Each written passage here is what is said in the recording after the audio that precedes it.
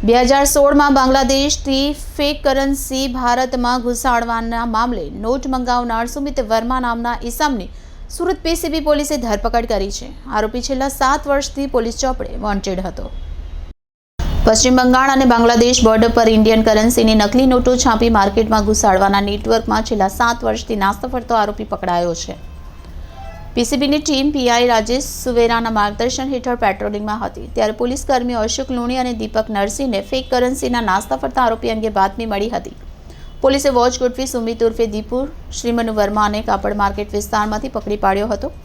2016માં વરાછા પોલીસે 500ના દરની 172 નોટ સાથે શંકર સુશીલ મંડલને પકડી પાડ્યો હતો. બંગાળ અને બાંગ્લાદેશની બોર્ડર પર તેઓ નકલી નોટ છાપતા હતા અને ત્યાંથી અન્ય આરોપી મુરસલીમ જહેમત મંડલ અને સોહરબ અલી મંડલને નકલી નોટ આપીને સુરત ખાતે સુમિતને પહોંચાડવાની હતી. સુમિત નકલી નોટના રેકેટમાં મીડિયેટરની ભૂમિકામાં હતો.